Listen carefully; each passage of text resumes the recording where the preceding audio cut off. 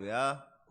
우리 주님의 사랑과 은총이 이 시간 예배하는 우리 모두 위에 충만하게 임하게 되기를 간절히 축원합니다. 오늘 이 시간에는 이 에스겔 24장 1절부터 14절까지의 말씀을 가지고 함께 은혜를 나누고자 합니다. 이 시간 성령께서 우리 가운데 함께하여 주심으로 말미암아 주님의 말씀을 깨닫게 하여 주시고 그 말씀을 깨닫는 데에 그치는 것이 아니라 그 말씀대로 살아갈 수 있도록 힘과 능력을 더하여 주시기를 원합니다. 우리를 통하여 우리 주님의 말씀이 이루어지고 우리를 통하여 우리 주님의 영광이 나타날 수 있기를 주님의 이름으로 축원합니다.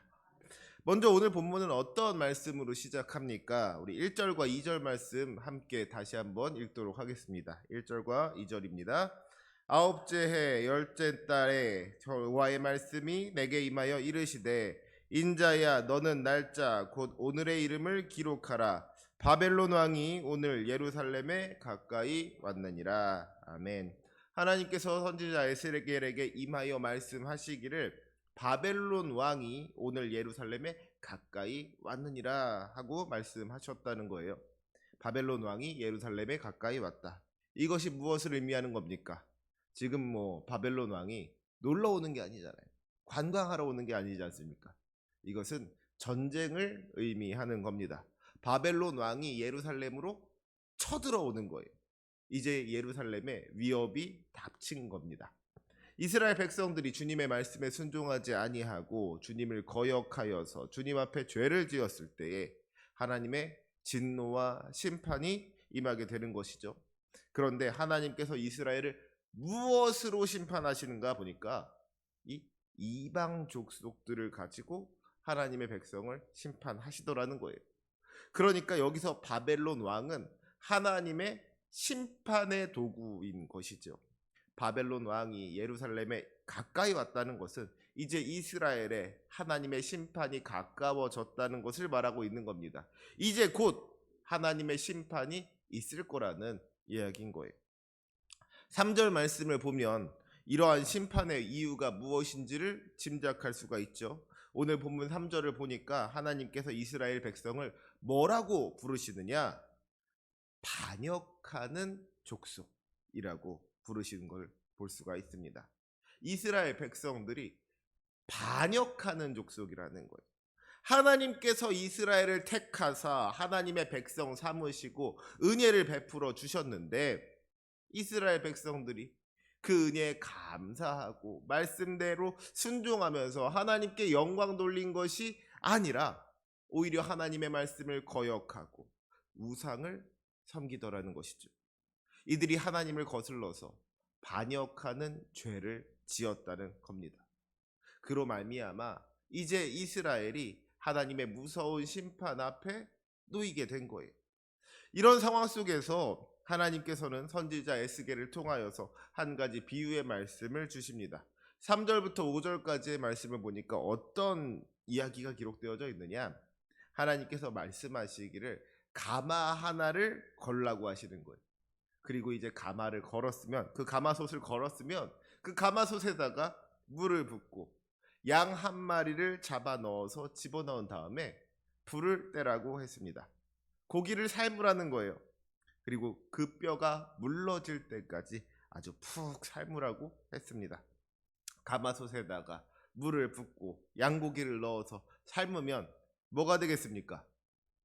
우리로 말하자면 양고기 국이 되는 것이고, 서양 사람들로 말하자면 양고기 스프가 되었든지 양고기 스튜가 되었든지 하는 것이고 그런 거겠죠. 요리가 되는 거예요. 이제 고기가 잘 삶아지면 그 고기를 또 그 국물을 맛있게 먹으면 되는 겁니다. 그런데 문제는 그 가마솥이 제대로 된 가마가 아니었다는 거예요. 6절 말씀에 보니까 뭐라고 하고 있습니까? 우리 6절 말씀을 함께 읽겠습니다. 시작. 그러므로 주 여호와께서 이같이 말씀하셨느니라. 피를 흘린 성읍 녹슨 가마 곧 그 속에 녹을 없이 하지 아니한 가마여 화 있을진저 제비 뽑을 것도 없이 그 덕이를 하나하나 꺼낼지어다.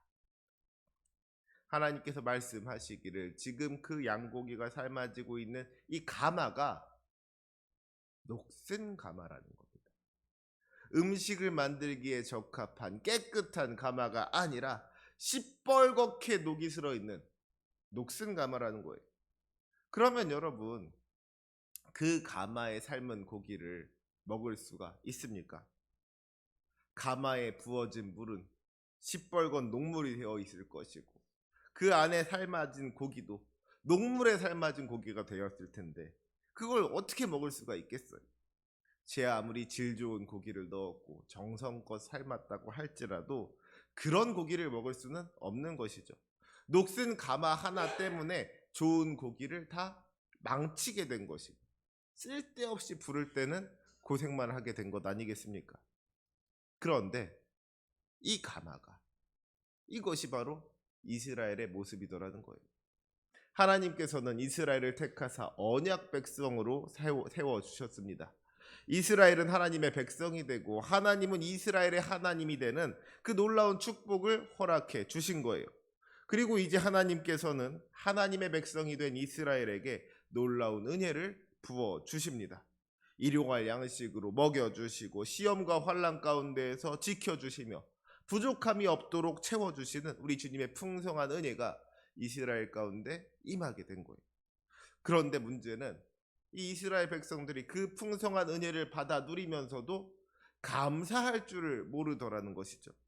주님께서 은혜를 베풀어 주셨으면 그 은혜에 감사하면서 그 은혜에 합당한 삶으로 하나님께 영광을 돌려야 하는 것이 마땅한 일인데, 이스라엘 백성들은 주님의 은혜에 감사하기는커녕 오히려 하나님의 말씀을 거역하고 죄를 지었다는 겁니다.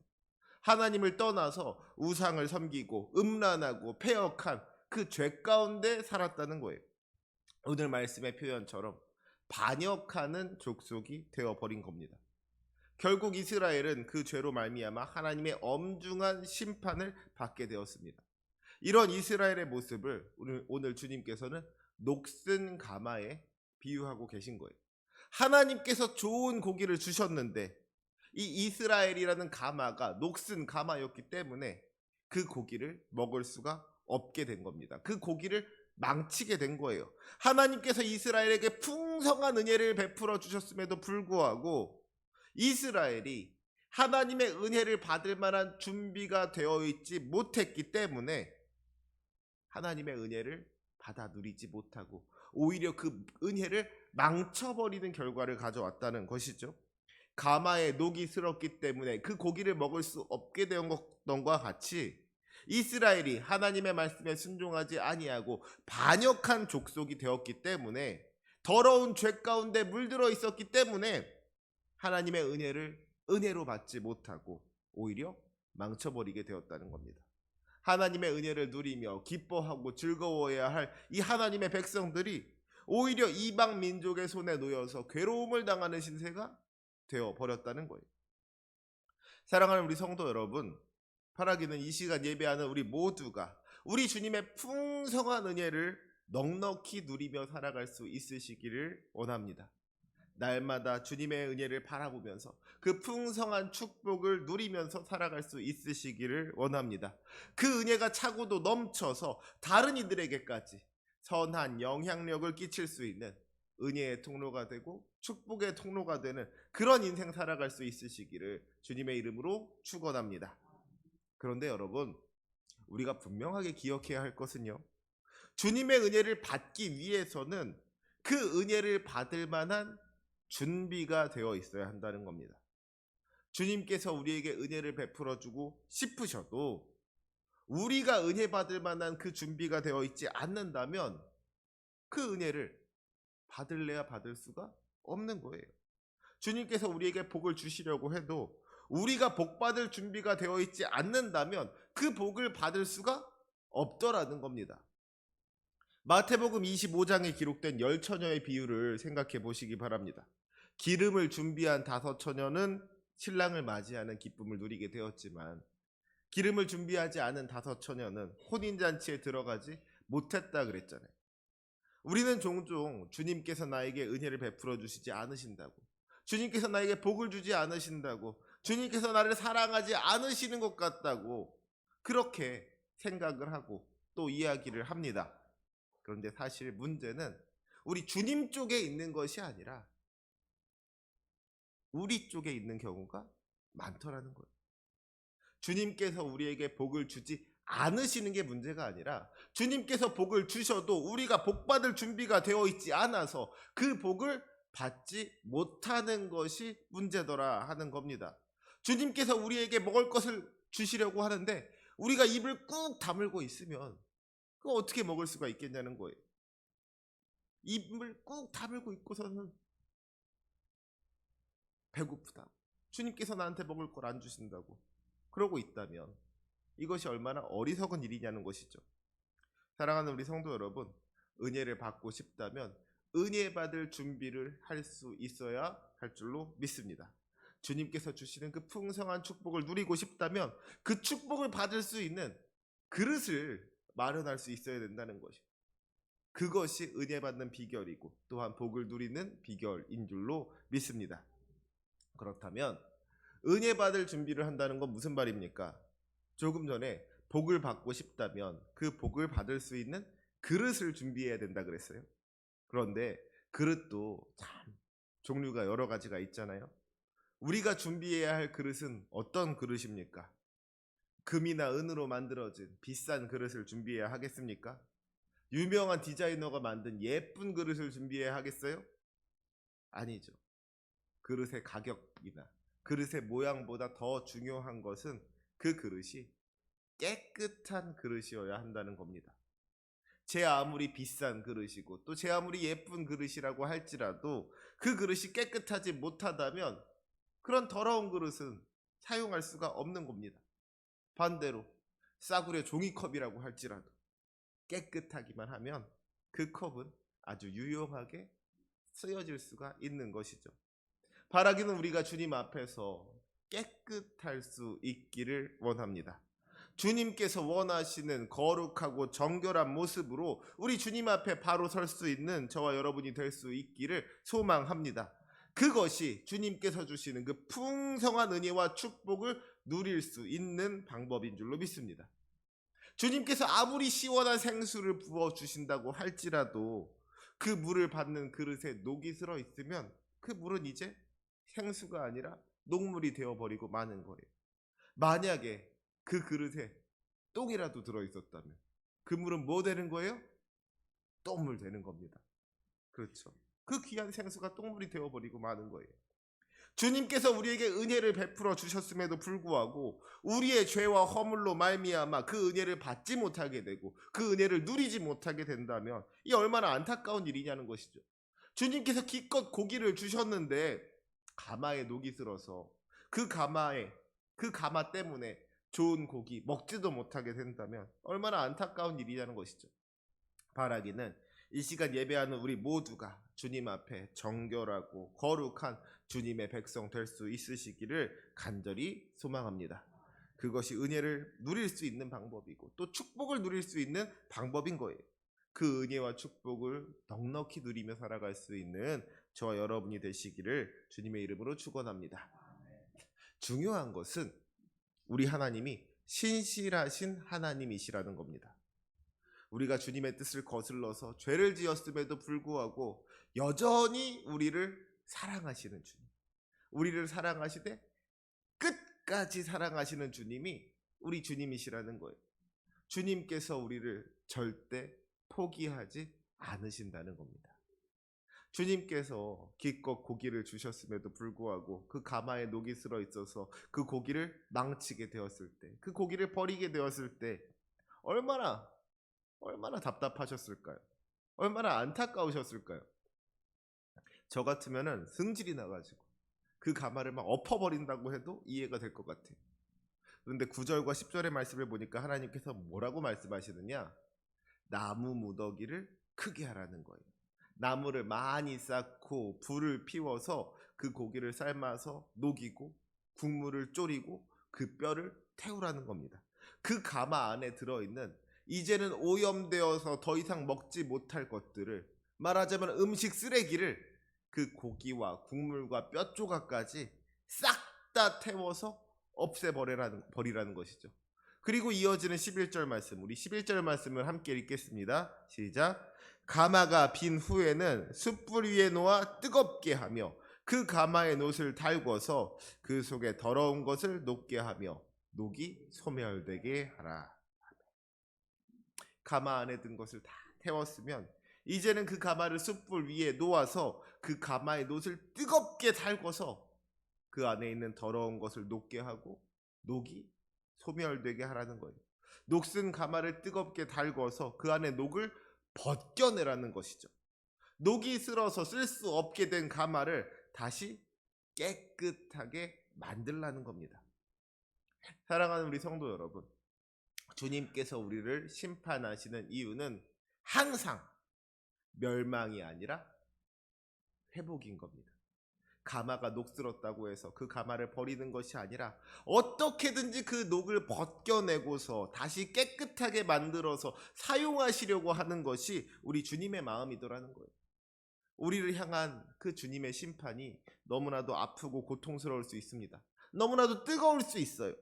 하지만 그 모든 것은 사실 연단의 과정인 것이죠. 우리 안에 더러운 것을 태우는 것이고 우리 안에 녹을 벗겨내는 겁니다. 그래서 그 모든 과정을 거친 다음에는 우리가 다시금 깨끗하게 되어서 주님 앞으로 나아갈 수가 있게 된다 하는 것을 우리가 기억할 수 있어야 할 줄로 믿습니다. 특별히 여기서 우리는 12절 말씀에 주목해 볼 필요가 있습니다. 우리 12절 말씀도 함께 읽겠습니다. 시작. 이 성읍이 수고함으로 스스로 피곤하나 많은 녹이 그 속에서 벗겨지지 아니하며 불에서도 없어지지 아니하는도다. 아멘. 여러분, 이게 무슨 말입니까? 이 성읍이 수고함으로 스스로 피곤하나 그랬습니다. 이스라엘 백성들이 뭔가를 열심히 해서 피곤해졌다는 거예요. 그런데 그 결과가 무엇입니까? 많은 녹이 그 속에서 벗겨지지 아니하며 불에서도 없어지지 아니하는도다. 녹슨 가마에 붙어있는 시뻘건 녹이 벗겨지지 않았다는 거예요. 그러면 여기서 우리는 이스라엘 백성들이 뭐 때문에 수고하였고 뭐 때문에 피곤했던 것인지를 알 수가 있는 것이죠. 이스라엘 백성들이 나름대로 자기 안에 그 더러운 녹을 벗겨내려고 노력했다는 거예요. 더러운 죄와 허물을 벗어버리고 깨끗해지려고 노력을 했다는 겁니다. 그런데 그 수고와 노력의 결과가 무엇이었느냐? 그저 피곤하기만 할 뿐 여전히 녹이 벗겨지질 않은 겁니다. 그 녹슨 것이 없어지질 않은 거예요.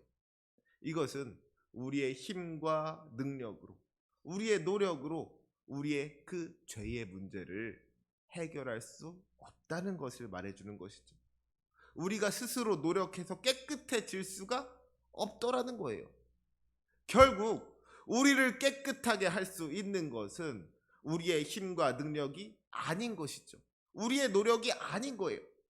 오직 우리 주 예수 그리스도의 그 십자가 은혜만이 우리를 깨끗하게 하실 수 있는 줄로 믿습니다. 그래서 우리는 십자가를 붙잡아야 하는 거예요. 우리 주님의 은혜를 붙잡아야 하는 겁니다. 주님, 우리가 깨끗해지기를 원합니다. 우리 안에 모든 더러운 죄악을 다 내어버리고 정결하고 거룩한 하나님의 백성으로 살아갈 수 있게 되기를 원합니다. 하지만 주님, 우리의 힘만으로는 이 죄의 문제를 해결할 수 없사오니 도와주시옵소서. 우리 주 예수 그리스도의 십자가 보혈의 능력으로 우리를 깨끗게 하여 주시옵소서. 우리가 주님을 믿고 의지할 때에 우리를 깨끗하게 하시고 우리를 새롭게 하시는 주님의 크신 능력이 임하게 될 줄로 믿습니다. 십자가의 능력이 우리를 깨끗하게 할 것입니다. 십자가의 능력이 우리를 새롭게 할 것입니다.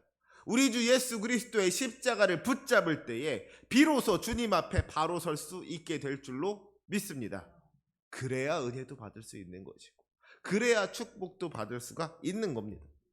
바라기는 이 시간 예배하는 우리 모두가 그 십자가의 은혜를 굳게 붙잡을 수 있으시기를 원합니다. 십자가 보혈의 능력을 힘입어서 죄와 권세 이겨내고 승리할 수 있게 되기를 원합니다. 정결하고 거룩한 주님의 자녀 되어서 주님께서 주시는 그 놀라운 은혜를 풍성히 누릴 수 있게 되시기를 원합니다. 그 은혜를 누리며 살아갈 수 있는 저와 여러분이 되시기를 주님의 이름으로 축원합니다. 아멘. 기도하시겠습니다.